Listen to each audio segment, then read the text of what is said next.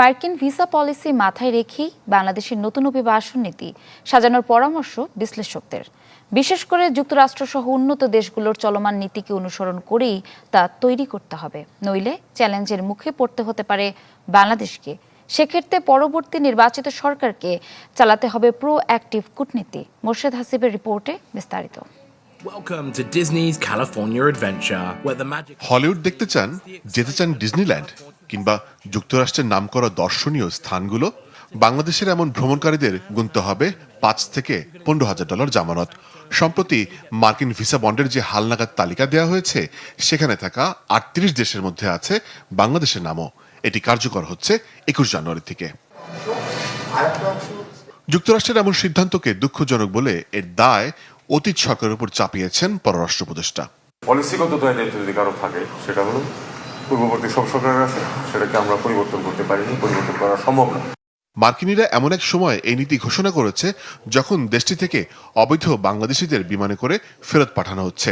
বিষয়টিতে বাড়তি নজর দেওয়ার পরামর্শ অভিবাসন বিশ্লেষকদের।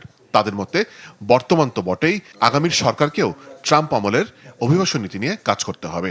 ডিজাইন, এলিগেন্স, বিউটি, সেরা পণ্য সবার জন্য জেভিকো। সচেতন হওয়ার জায়গা থেকে একটা হচ্ছে যে যারা বাংলাদেশিরা সেখানে আছেন তাদের হয়তো চিন্তা করতে হবে যে তারা কিভাবে তাদের স্ট্যাটাসটা নিয়ে চিন্তা করবেন। কিন্তু বাংলাদেশ সরকারের একটা পলিসি, বিশেষ করে মার্কিন যুক্তরাষ্ট্রের ক্ষেত্রে একটা আলাদা ইমিগ্রেশন পলিসির জায়গা, এবং উন্নত বিশ্বের আমরা যদি ধরি যে ইউকে সহ ইউরোপিয়ান ইউনিয়নের জন্য, কারণ এখন আমরা দেখছি যে বিভিন্নভাবে বৈধ অবৈধভাবে নতুনভাবে বাংলাদেশিরা যাওয়ার প্রবণতাটা কিন্তু রয়ে গেছে। পাশাপাশি যারা ওখানে বিভিন্ন রকম ভিসা ক্যাটাগরিতে গেছেন কিন্তু এখন তাদের বৈধতা নেই, সেরকম মানুষও কিন্তু আছেন। কাজে উভয় পক্ষের মানুষের জন্য কিন্তু একটা কঠিন সময় আসতে যাচ্ছে, অন্তত আগামী কয়েক বছরের জন্য। বিষয়টি নিয়ে জোর কূটনৈতিক তৎপরতারও পরামর্শ এই আন্তর্জাতিক সম্পর্ক বিশ্লেষকের।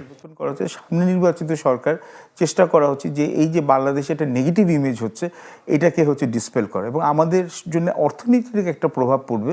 কেন যুক্তরাষ্ট্রে আর নতুন একটা নিয়ম করা হয়েছে যে আমাদের যুক্তরাষ্ট্রে যেসব প্রবাসী যারা আছেন সকল দেশেরই, তারা যেন তাদের দেশে যখন রেমিটেন্সে টাকাটা পাঠাবেন, তো প্রত্যেক $100 $1 করে ট্যাক্স দিতে হবে। এবং যুক্তরাষ্ট্র কিন্তু আপনি জানেন যে 1% ট্যাক্স আমি বলছি অত কিছু না, কিন্তু বিলিয়নস অফ ডলারের যখন আপনার এখানে রেমিটেন্স আসে, 1% ইজ সিগনিফিকেন্ট অ্যামাউন্ট। যুক্তরাষ্ট্র সফর করছেন জাতীয় নিরাপত্তা উপদেষ্টা ডক্টর খলিলুর রহমান। তিনি মার্কিন প্রশাসনের কাছে আবেদন জানিয়েছেন ব্যবসায়ীদের B1 ভিসার ক্ষেত্রে যেন জামানত থেকে অব্যাহতি দেওয়া হয় বাংলাদেশিদের। মোর্শেদ হাসিব, চ্যানেল 24, ঢাকা।